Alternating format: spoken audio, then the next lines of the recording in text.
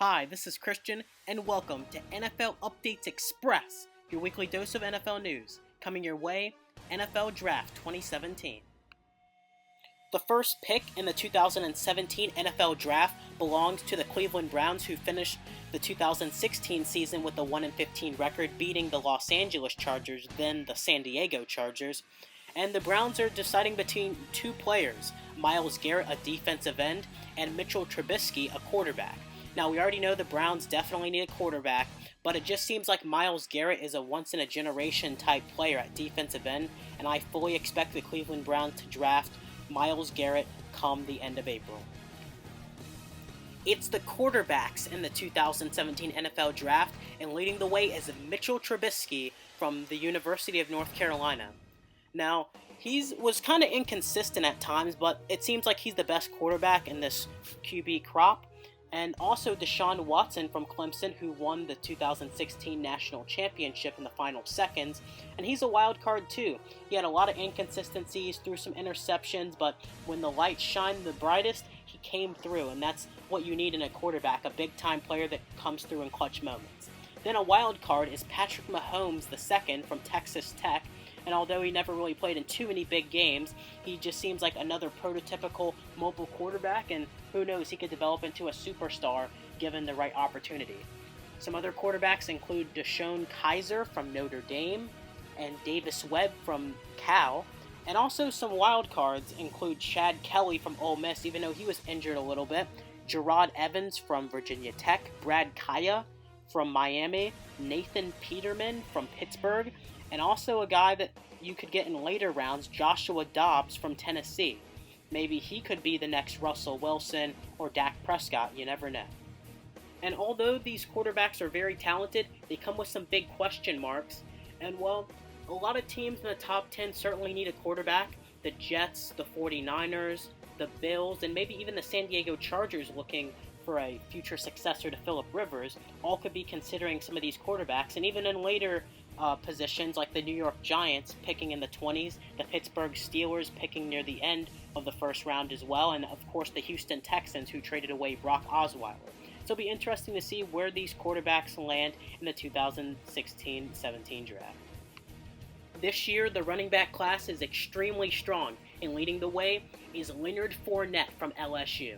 Now, Fournette has been rumored to go as high as 2 to a team like the 49ers, and also teams like the Jacksonville Jaguars at number 4, the San Diego Chargers at 7, and the Carolina Panthers at number 8. I think he'd be a great fit with the Carolina Panthers, pairing up with Cam Newton in the backfield, and Jonathan Stewart could have a good tandem there.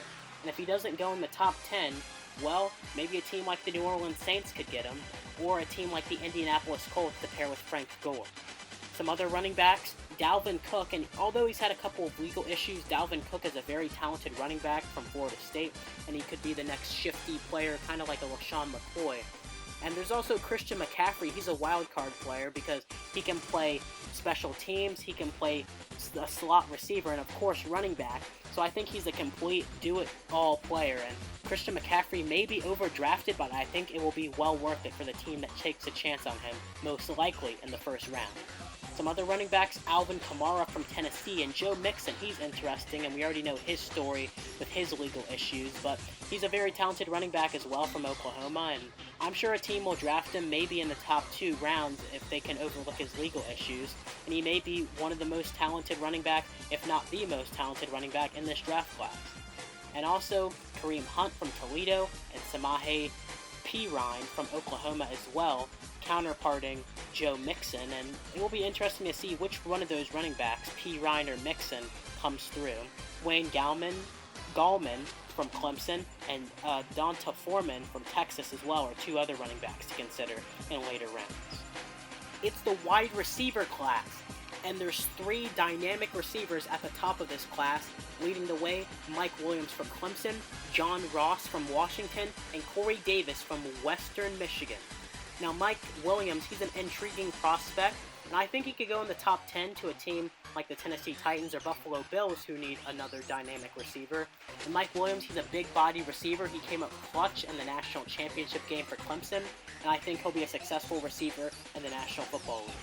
Also, John Ross, Now, he's a guy who exploded up draft boards after breaking the 40-yard dash time at the NFL Combine. And I think John Ross is a very talented receiver. He's obviously fast, ran a 4.22, and I think John Ross has all the skills to be a dynamic receiver. As long as he can stay healthy, I think John Ross will definitely go in the top 15 or so picks in the first round. And Corey Davis from Western Michigan.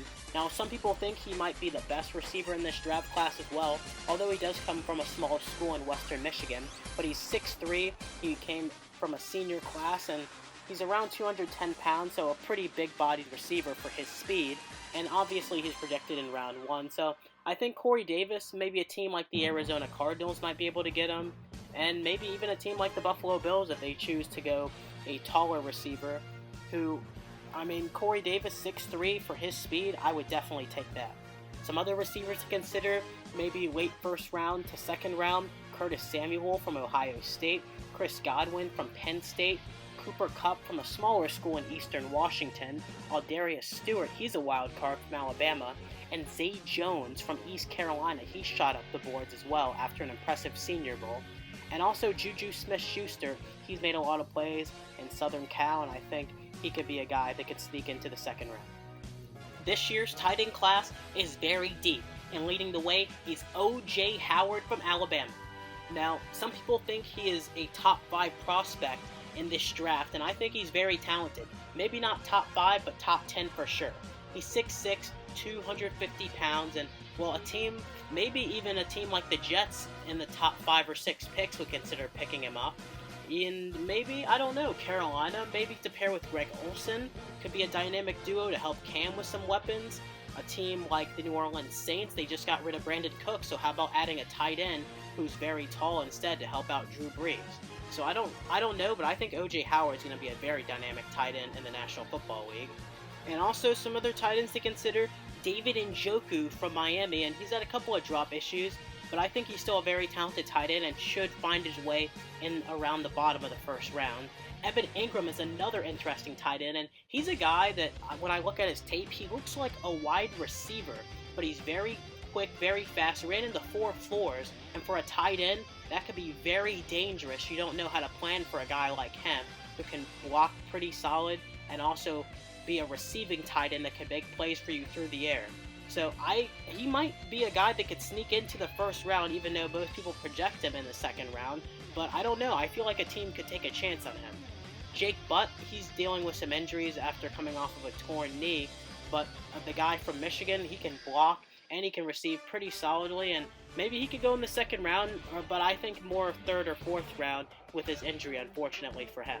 Jordan Leggett, another guy to also consider from Clemson, made some big late plays in the national championship game and all season long for the Clemson Tigers and Deshaun Watson. So I feel like Jordan Leggett could be a guy around the third round that would be selected. For the offensive linemen at this class, there isn't a deep class, but there is a lot of talent at the top of it, and leading the way is Ryan Ramczyk from Wisconsin, and well, I think he's a very interesting prospect, should be the first offensive lineman off the board, and although he dealt with a hip injury and it forced him to have surgery after his team's bowl game, but I still think he should be the first offensive lineman drafted and should make a big impact, most likely going in the first round. Then some other offensive linemen to consider. Cam Robinson, he's interesting, and I'm not really sure why he dropped down the draft board to once considered a top 5 or 10 pick, has maybe even dropped to the second round at this point, and I'm not really sure why, maybe just the other talent in the draft, but he's definitely a guy that I would take a waiver on maybe at the end of the first round. Garrett Bowles from Utah, as well as Forrest Lamp, an offensive guard from Western Kentucky, would be 2 other linemen that I would consider drafting in the first round.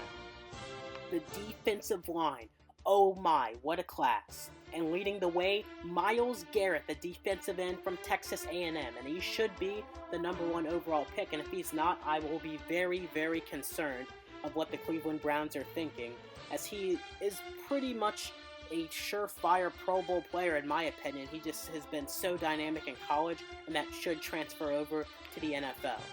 Then also another great defensive end, Solomon Thomas from Stanford. He had a great day in the Sun Bowl against UNC for Stanford, and I think he could be another great defensive end in the National Football League should go in the top 5 or 10 for sure. Derek Barnett, Chaco Charlton, and also Charles Harris should be some other defensive ends that should find their way in the first round, maybe even the second round as well. Tano Asamgyan, I believe, from Villanova, he's a project player, and I think he could go in around picks 3 or 4, but he's a guy that has created a lot of buzz from Villanova, and I really think that he could be a guy that no one really expects, but I think he could be a guy that could be a Pro Bowl player if given the right opportunity. For the defensive tackles, we look at Jonathan Allen from Alabama, and once seemed to be a surefire top 3 pick. Well, that might not be the case anymore with so much talent at the top of the draft. He could experience a draft day fall, but expect a team like the Jacksonville Jaguars to take a strong look at drafting him at number 4, or maybe a team like the Cincinnati Bengals at number 9. Probably won't fall out of the top 10, but you just never know in this draft. Malik McDowell, and well, he's had some issues. A lot of people said he had one of the worst interviews that teams have ever heard. But the kid from Michigan State, he's very talented, 6'6", almost 300 pounds. He should be a first-round pick, but he could drop out of the first round due to some concerns about his character. The defensive backs class is very strong, and leading the way is strong safety from LSU, Jamal Adams. Now, he stands around 6 feet, and he's a junior, and well, he's made a lot of big plays. Some people believe that he could be the best draft prospect in this draft, and I don't think so. I think that belongs to Myles Garrett, the defensive end, but he's definitely top 5 in my opinion, and I think a team like the Chicago Bears or San Francisco 49ers is definitely going to swoop him up before it's too late, and if for some reason he falls outside the top 5, San Diego will be jumping at the bit to try to pick Jamal Adams up, or maybe even a trade from another team in the teens to try and scoop him up if he has an unexpected draft fall. Some other safeties to consider, Jabril Peppers, and he's interesting because he played a lot of different positions, including running back, but Jabril Peppers will most likely be playing safety in the NFL, and he's kind of interesting. He's had a couple of struggles, but I think he could be very talented. Maybe a team like the Redskins would take a chance on him with his dynamic athleticism. Obi Melafanu from Connecticut, he's interesting. He shot up draft boards, and he'll probably be a late first round, early second round type of pick. I think that he can make a lot of impact plays. He's more of a project player, but I think given the right chances, I think he could be a great player. And for the corners, Marshawn Lattimore, I think he's one of those surefire players that it's tough for him to bust, but every time we say that, usually the player busts, so I'm not going to jinx him. But I think the sophomore from Ohio State is going to make a lot of big plays in the National Football League. Maybe a team like the Tennessee Titans or a team like the New Orleans Saints, if he gets that far, will definitely scoop Marshawn up. Marlon Humphrey from Alabama, Tre'Davious White from LSU, Kevin King from Washington, Cordelia Tankersley from Clemson, and Adoree Jackson or some other corners that will probably be in the first 1 or 2 rounds that I would consider picking. And also a wild card would be Sidney Jones. Now, I think he would have been a first-round pick, but after his Achilles injury, he probably fell a couple of spots and he would have been picked, but he's a very talented corner, had a lot of interceptions in college, and I think of the team that gets him, if he recovers well, I think he could be the ultimate steal of this draft. Now it's time for a quick rundown of my top 10 projected picks for the 2017 mock draft. Now, I think that number 1, the Cleveland Browns select Myles Garrett, a defensive end. I mean, it just seems too obvious there. I'm not going to say much about that. The 49ers, number 2, they'll draft Solomon Thomas. Now, they already drafted DeForest Buckner and Eric Armstead with 2 of their first-round picks last year and the year before that, but I just think Solomon Thomas is too good of a talent to pass up. Jamal Adams at number 3. For the Bears, they need a lot of safety help and a lot of help on defense in general. I think he'll help that secondary up. The Jaguars, and I think Tom Coughlin could be tempted to pick Leonard Fournette, but he's a very defensive-minded coach, and I think Jonathan Allen will be the way to go there. The Tennessee Titans select cornerback Marshawn Lattimore, helping their secondary out and helping the Titans to become a contender in the AFC. The Jets select Mitchell Trubisky. Now, this could be interesting. They might pick O.J. Howard or another player, but I think that they know that they need a quarterback. The Ryan Fitzpatrick experiment is over, and they really need someone to jumpstart this team. And coming in at number 7 for the Chargers, Malik Hooker, a safety from Ohio State. I think he'll be a very good addition to their secondary, helping upshore the back end. For the Panthers, Leonard Fournette from LSU. I think it just makes too much sense with Cam Newton adding another weapon in the backfield to pair with Jonathan Stewart. Then at number 9, Reuben Foster for the Cincinnati Bengals. And now he may drop after some combine issues. He had a lot of things that he got dismissed from the combine after saying some things to some officials. But I think the Bengals will take a chance on him and his dynamic talent. And finally at number 10, the Buffalo Bills select Mike Williams, another Clemson receiver, very dynamic, and I think he'll be a great playmaker to go with whatever Bills quarterback, whether it be Tyrod or a quarterback that they draft in a later round this year.